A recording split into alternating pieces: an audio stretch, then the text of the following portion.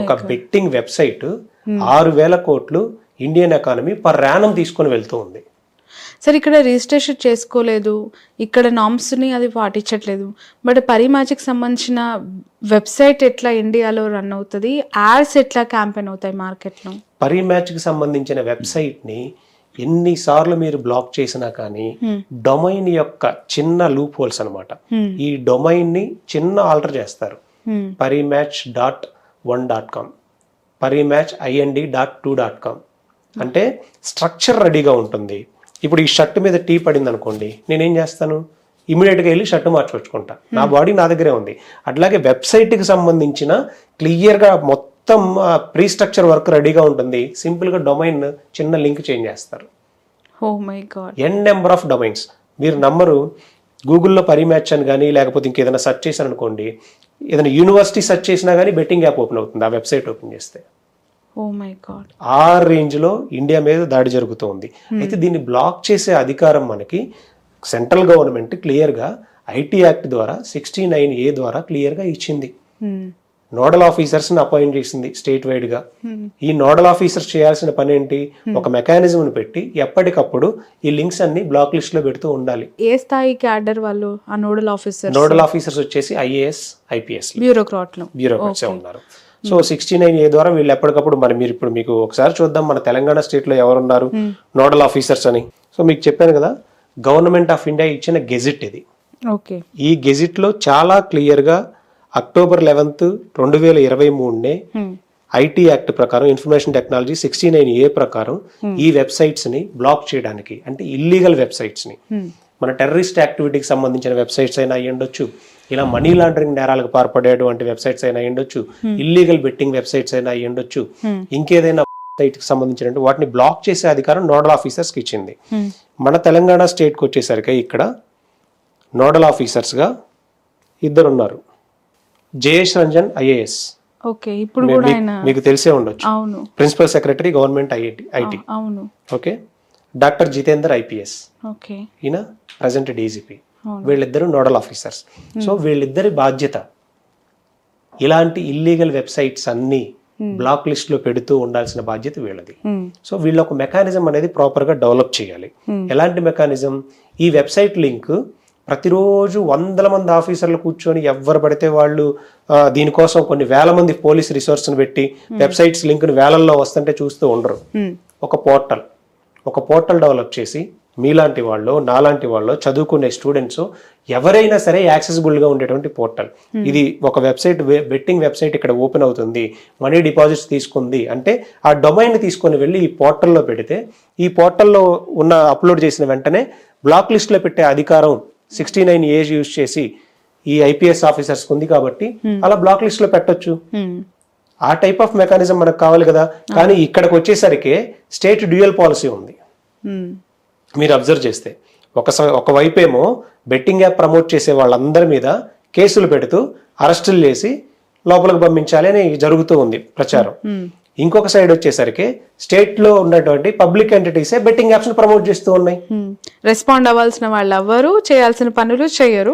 పైగా న్యూస్ లో మాత్రం ఇన్ఫ్లుయెన్సర్లని అరెస్ట్ చేస్తాము, జైలుకి పంపిస్తామని వార్నింగ్స్. సో దీన్ని ఎలా అంటే ఈ రెండు నాలుకల ధోరణి అనాలి ఇప్పుడు దీన్ని? రెండు నాలుకల ధోరణి కంటే కూడా స్టేట్ పాలసీ చాలా క్లియర్ గా ఉంది. బెట్టింగ్ ని బ్యాన్ చేశామని 2017 నుంచి.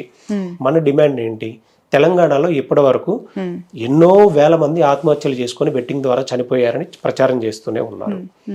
రూట్ కాజ్ లోకి వెళ్ళాలి అని అంటే ఇప్పుడు ఒక వ్యక్తి ఆత్మహత్య చేసుకొని చనిపోతే దాన్ని ఎలా మనం చూస్తాం? ఇప్పుడు ఎవరి దగ్గర ఒక ₹1,00,000 తీసుకొని ఆ ₹1,00,000 కట్టలేక వాళ్ళ ఇంటికి వచ్చి హెరాస్ చేస్తూ ఉంటే ఇతను చనిపోయాడు. ఇప్పుడు పోలీస్ ఆఫీసర్ కేసు రిజిస్టర్ చేసినప్పుడు ఎలా చేస్తాడు? అతని మీద పెడతారుగా ఖచ్చితంగా, ఇంటికి వచ్చి హెరాస్ చేసినందుకు.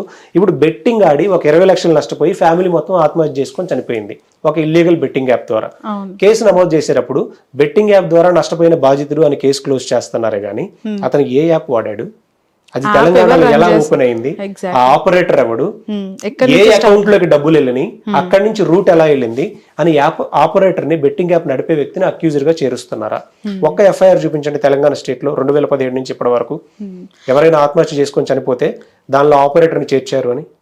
అవును సార్, కంప్లైంట్లు కూడా పోలీస్ స్టేషన్కి వచ్చి ఇవ్వచ్చు, ఎవరైనా నష్టపోయిన బాధితులు ఉంటేనే ఓపెన్గా సజ్జనార్ గారు చెప్తూ ఉన్నారు. కానీ ఇలాంటి సిచ్యువేషన్లో చనిపోయిన వాళ్ళని ఆధారంగా చేసుకొని నడపబడుతున్న యాప్లకు సంబంధించి ఇండెప్త్గా ఎందుకు వెళ్ళట్లేదు అంటే దాని వెనక ఏం జరుగుతుంది? ఏమైనా లోపాయికారు ఒప్పందం సెంట్రల్ అండ్ స్టేట్ గవర్నమెంట్స్కి ఉంటుందా, లేదంటే ఏమైనా బెనిఫిట్స్ జరుగుతూ ఉన్నాయా ఈ యాప్ నిర్వాహకుల ద్వారా? ల్యాక్ ఆఫ్ అవేర్నెస్ అండి. మీరు నమ్మరు, ఇప్పుడు సజ్జనార్ గారు బయటికి రావటం వల్ల ఆయన సోషల్ రెస్పాన్సిబిలిటీ తీసుకొని ఒక విధంగా అవేర్నెస్ వచ్చింది. కానీ మేము 2014లోనే ఈ బెట్టింగ్ దాని గురించి పోలీస్ స్టేషన్స్కి వెళ్తే ఈ చట్టం ఉందా, ఈ చట్టం కింద ఇలా ఈ సెక్షన్స్ కింద కేసులు పెట్టొచ్చా, ఇంతవరకు ఏ పోలీస్ స్టేషన్స్ లో ఈ యాక్ట్ ప్రకారం ఇలా సెలబ్రిటీస్ మీద కానీ ప్రమోటర్స్ మీద కానీ ఎక్కడా కేసు నమోదు అవ్వలేదు కాబట్టి మేము తీసుకోమని రిజెక్ట్ చేసి కంప్లైంట్ రిజెక్ట్ చేసి పంపించినటువంటి పోలీస్ స్టేషన్లు బొచ్చుడు ఉన్నాయి. అంటే ఒక వ్యక్తి సోషల్ రెస్పాన్సిబిలిటీ తీసుకొని వచ్చి గుర్తు చేస్తే మీకు చట్టం గుర్తుంచింది. కానీ అరే 2017 నుంచే మన బెట్టింగ్ అబాలిష్ చేశాము, ఇంకా ఓపెన్ అవుతాయని ఒక్కరు బాధ్యతగా దీని గురించి ప్రవర్తించారా? దానికన్నా మనం తీసుకుంటే ఇప్పుడు మెట్రో రైల్లో ఈ యాడ్స్ రన్ అవ్వటం, ఎంతో మంది యంగర్ జనరేషన్ మెట్రోస్ని యూస్ చేస్తూ ఉంటారు. బిలో పావర్టీ లైన్ ఎక్కువగా, అంటే కార్లు 2 వీలర్స్ లేని వాళ్ళు మెట్రోని యూస్ చేస్తూ ఉంటారు. చాలా మంది స్టూడెంట్స్ ఆ యాడ్స్ని వాళ్ళు అబ్జర్వ్ చేస్తూ ఉంటారు. అలాంటి మెట్రో పైన ఈ యాడ్స్ని చూడడం, ఈ యాప్స్ని రన్ చేయడం అనేది చాలా షాకింగ్గా ఉంది. ఇంతకీ కేసు పెడతారా అసలు వీళ్ళు అనేది ఒక పెద్ద క్వశ్చన్ మార్క్. ఇప్పటి వరకైతే అలాంటి చర్యలు కనిపించలేదు నాకు. కేసు పెడతారంటే ఇప్పుడు ఒక వ్యక్తి తప్పు చేస్తే, సెలబ్రిటీ తప్పు చేశాడు కాబట్టి అతని మీద సెక్షన్ 318, ఇంతకు ముందు ఐపీఎస్ లో చేసి 420 ప్రజలను చీట్ చేశాడు అని 318 పెట్టారు. Telangana gaming amendment act section 3A 4 ద్వారా కేసు పెట్టారు. నెక్స్ట్ ఐటీ యాక్ట్ 66D ద్వారా కేసు పెట్టారు. అంతేనా? ఒక వ్యక్తి తప్పు చేసినప్పుడు వీళ్ళందరూ ఇప్పుడు 35 మంది సెలబ్రిటీస్ మీద కేసు అయింది. 35 మంది మీద సెలబ్రిటీస్ మీద కేసు అవ్వడం వల్ల ప్రజలలో ఒక అవేర్నెస్ అయితే క్రియేట్ అయిపోయింది. ఇంకా 2017 నుంచి ఎవరెవరైతే ప్రమోట్ చేశారో కుదిరితే వాళ్ళ మీద కూడా కేసులు పెట్టండి, తప్పులేదు. కానీ గవర్నమెంట్ ఎంటిటీ అయినటువంటి హైదరాబాద్ మెట్రో లిమిటెడ్ దీన్ని ఈ రకంగా ఇల్లీగల్ బెట్టింగ్ యాప్స్ ని ప్రమోట్ చేయడం ద్వారా ఎవరి మీద చర్యలు తీసుకోవాలి? ఇప్పుడు ఆ యాప్స్ ఒకసారి చూడండి. ఫైర్ ప్లే, ఆడండి గెలవండి, తెలుగులో పెద్ద పెద్ద కొటేషన్స్. ఇంటర్నల్ గా లోపల మెట్రో రైల్ లోపల ఆడండి గెలవండి. ఏం ఆడవాలి, ఏం గెలవాలి? ఈ ఫైర్ ప్లే అనేది కూడా ఇండియన్ ఎంటిటీనా? కాదు. ఈ ఫైర్ ప్లే యాప్ మీదే రీసెంట్ గా ముంబైలో ఈడీ కేసు అయ్యింది. 330 కోట్లు సీజ్ చేశారు. ఓ మై గాడ్, 330 కోట్లు ముంబైలో కేసు అయ్యింది. ఎన్ఫోర్స్మెంట్ డైరెక్టరేట్ ఇదే ఫైర్ ప్లే యాప్ మీద. ఇదే కూడా ఇల్లీగల్ బెట్టింగ్ యాప్ అని వాళ్ళు క్లారిటీ ఇచ్చారు. మీరు ప్రాపర్ గా చెక్ చేయకుండా అసలు ఈ యాడ్స్ ఎలా డిస్ప్లే చేశారు? ఇది కూడా మెట్రో ట్రైన్ స్టేషన్స్ లో నెంబర్ ఇచ్చి మరి 777 మై జాక్ పాట్ అంట ప్రోమో కోడ్స్. మెట్రో రైల్ లోపల మెట్రో ట్రైన్ మొత్తానికి స్టిక్కరింగ్స్. ఇది ఎల్ఎన్టీ సంస్థలో ఇప్పుడున్న ఆఫీసర్లు తీసుకున్న నిర్ణయమా, వీళ్ళు ఒక కంప్లీట్ ప్రైవేట్ ఏజెన్సీకి ఈ యాడ్ క్యాంపెయిన్ దాని సంబంధిత ట్రాన్సాక్షన్స్ చూసే ఏజెన్సీస్కి ఇచ్చేయడం వల్ల ఇది జరిగింది అనుకోవాలా? ఏం జరిగి ఉంటది? ఏది ఎలా జరిగినా కానీ హైదరాబాద్ మెట్రో రైల్ లిమిటెడ్ మాత్రమే బాధ్యత. ఎందుకు? హోల్ అండ్ డైరెక్టర్స్ గా వచ్చేసి ఇది గవర్నమెంట్ ఎంటిటీ. గవర్నమెంట్ డైరెక్ట్ గా మానిటర్ చేస్తున్నటువంటి ఎంటిటీ. దీనిలో 2007 నుంచి ఎన్విఎస్ రెడ్డి గారు మేనేజింగ్ డైరెక్టర్ గా ఉండి, ఈయన IRAS Indian railway administrative services, దీనితో పాటు 10 మంది డైరెక్టర్లు. ఆ బోర్డ్ ఆఫ్ డైరెక్టర్స్ కూడా చూడండి ఒకసారి.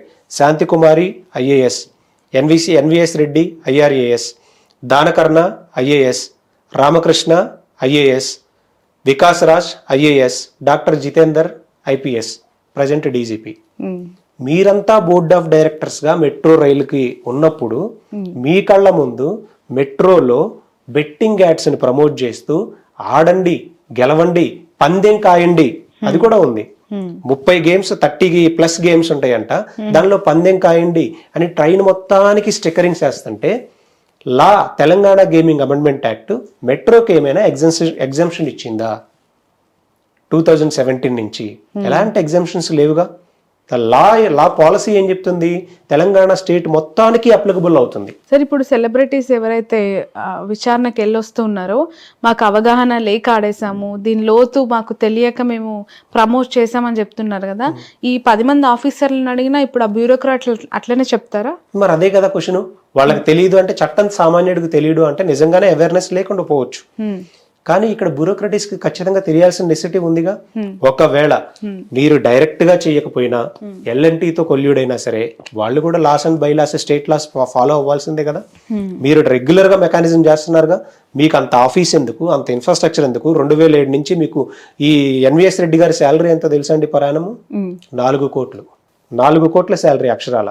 మీరు IASలు IPSలుగా ఉండి కోట్ల రూపాయల శాలరీస్ తీసుకుంటూ మెట్రో రైల్ MDస్గా ఉండి ఇంత పెద్ద ఇన్ఫ్రాస్ట్రక్చర్, ఇంత ఆఫీస్ డైరెక్ట్ గా మీరు మానిటర్ చేస్తూ మీరు డిస్ప్లే చేయటువంటి యాడ్స్. సో ఇప్పుడు ఎలాంటి చర్యలు తీసుకోవాలంటారు? మీరు ఏమైనా దానిపైన ఫోకస్ పెట్టబోతున్నారా? యాజ్ అడ్వకేట్ హైకోర్టులో మీరు ఏమైనా?